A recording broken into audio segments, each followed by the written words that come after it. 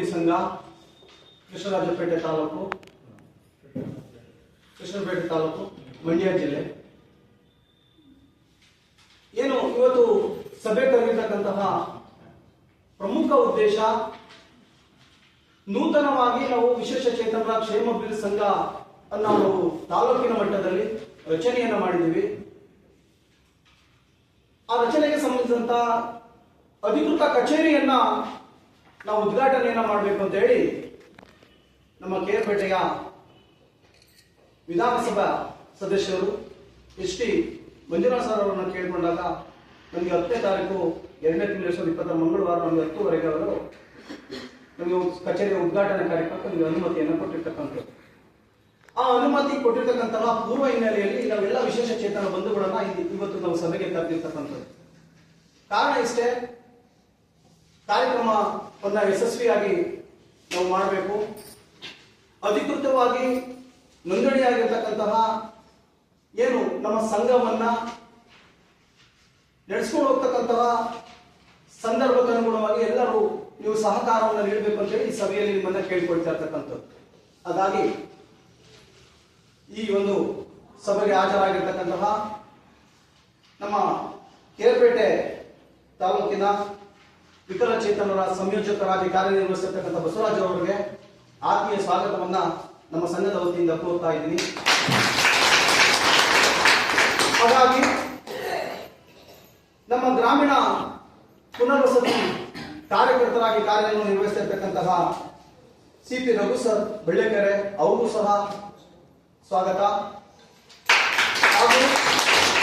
ಹಾಗೂ ಗ್ರಾಮೀಣ ಪುನರ್ವಸತಿ ಕಾರ್ಯಕರ್ತರಾಗಿ ಕಾರ್ಯನಿರ್ವಹಿಸುತ್ತಿರ್ತಕ್ಕಂತಹ ವಿಕಾಪುರ ಗ್ರಾಮ ಪಂಚಾಯತ್ ಕುಮಾರ್ ಸರ್ ಅವರಿಗೂ ಸಹ ನಮ್ಮ ಸಂಘದ ವತಿಯಿಂದ ಅವರಿಗೆ ಸ್ವಾಗತವನ್ನು ಕೋರ್ತಾ, ಈ ಒಂದು ಸಭೆಗೆ ಹಾಜರಾಗಿರ್ತಕ್ಕಂತಹ ಎಲ್ಲ ನನ್ನ ವಿಶೇಷ ಚೇತನ ಪದಾಧಿಕಾರಿಗಳು ಹಾಗೂ ನನ್ನ ಸಂಘದ ಎಲ್ಲ ಸದಸ್ಯರಿಗೂ ಹೃತ್ಪೂರ್ವಕವಾಗಿರ್ತಕ್ಕಂತಹ ವಂದನೆಗಳನ್ನು ನಾನು ಸಲ್ಲಿಸ್ತಾ, ನಾನು ಆಗ್ಲೇ ಹೇಳಿದಂಗೆ ಎಲ್ಲ ವಿಶೇಷ ಚೇತನ ಬಂಧುಗಳೇ, ಎಲ್ಲ ಗ್ರಾಮೀಣ ಪುನರ್ವಸತಿ ಕಾರ್ಯಕರ್ತರೇ, ತಾಲೂಕು ವಿಕಲಚೇತನರ ಸಂಯೋಜಕರೇ, ದಯವಿಟ್ಟು ನಮ್ಮ ಸಂಘದ ಉದ್ಘಾಟನೆ ಕಾರ್ಯಕ್ರಮ 10ನೇ ತಾರೀಕು, ಇದೇ ತಿಂಗಳು 10ನೇ ತಾರೀಕು 2ನೇ ತಿಂಗಳು ಮಂಗಳವಾರ ಇರೋದ್ರಿಂದ ಆ ಒಂದು ಕಾರ್ಯಕ್ರಮದಲ್ಲಿ ನೀವೆಲ್ಲರೂ ಬಂದು ಪಾಲ್ಗೊಂಡು ನಮ್ಮ ಸಂಘದ ಉದ್ಘಾಟನಾ ಕಾರ್ಯಕ್ರಮವನ್ನು ಯಶಸ್ವಿಯಾಗಿ ಮಾಡಿಕೊಡ್ಬೇಕಂತ ಹೇಳಿ ನಿಮ್ಮಲ್ಲಿ ವಿನಂತಿಸಿಕೊಳ್ತಾ,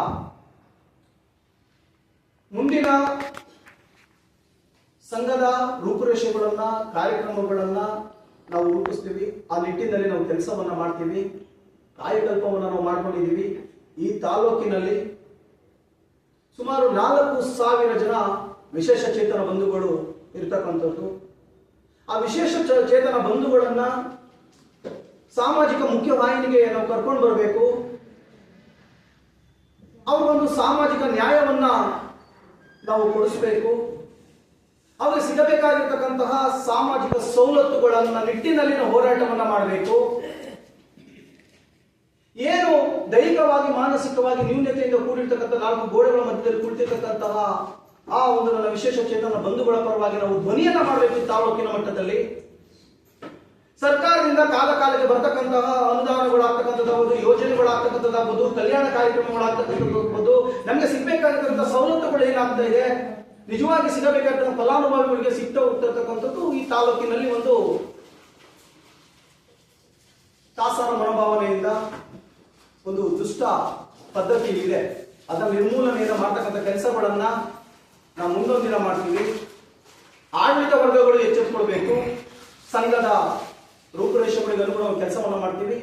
ಅಧಿಕಾರಿಗಳನ್ನು ಎಚ್ಚರವನ್ನ ಮಾಡ್ತಕ್ಕಂಥ ಕೆಲಸಗಳನ್ನು ನಾವು ಮುಂದಿನ ದಿನಗಳಲ್ಲಿ ನಾವು ಮಾಡ್ತೀವಿ.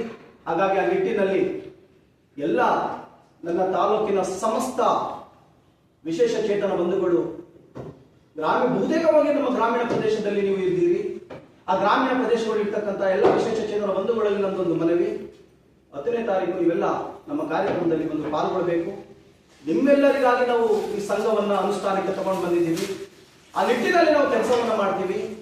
ಆ ನಂಬಿಕೆ, ಆ ಭರವಸೆ, ಆ ವಿಶ್ವಾಸವನ್ನ ನಾವು ಮತ್ತಷ್ಟು ಬಲಪಡಿಸಿಕೊಳ್ತಕ್ಕಂಥ ಕೆಲಸಗಳನ್ನ ಮಾಡೋದ್ರ ಮೂಲಕ ನಿಮ್ಮನ್ನ ಮುಖ್ಯವಾಹಿನಿಗೆ ಕರ್ಕೊಂಡು ಬರ್ತೀವಿ. ಆ ನಿಟ್ಟಿನಲ್ಲಿ ನೀವೆಲ್ಲ ನನ್ನ ಕೇರ್ಪೇಟೆ ತಾಲೂಕಿನ ಸಮಸ್ತ ವಿಶೇಷ ಬಂಧುಗಳು ಹಾಗೂ ಎಲ್ಲ ಪೋಷಕರು, ಸಮಸ್ತ ಕೇರ್ಪೇಟೆ ತಾಲೂಕಿನ ಬಂಧುಗಳೇ 10ನೇ ತಾರೀಕು ನಮ್ಮ ಕಾರ್ಯಕ್ರಮವನ್ನು ಬಂದು ನೀವು ಯಶಸ್ವಿಗೊಳಿಸಬೇಕು ಅಂತ ಹೇಳಿ ಈ ಮೂಲಕ ನಾನು ಮಾಧ್ಯಮ ವರದಿಗಾರರಲ್ಲಿ ನನ್ನ ಸಂದೇಶವನ್ನು ರವಾನೆಯನ್ನು ಮಾಡ್ತಾ ಇದ್ದೀನಿ.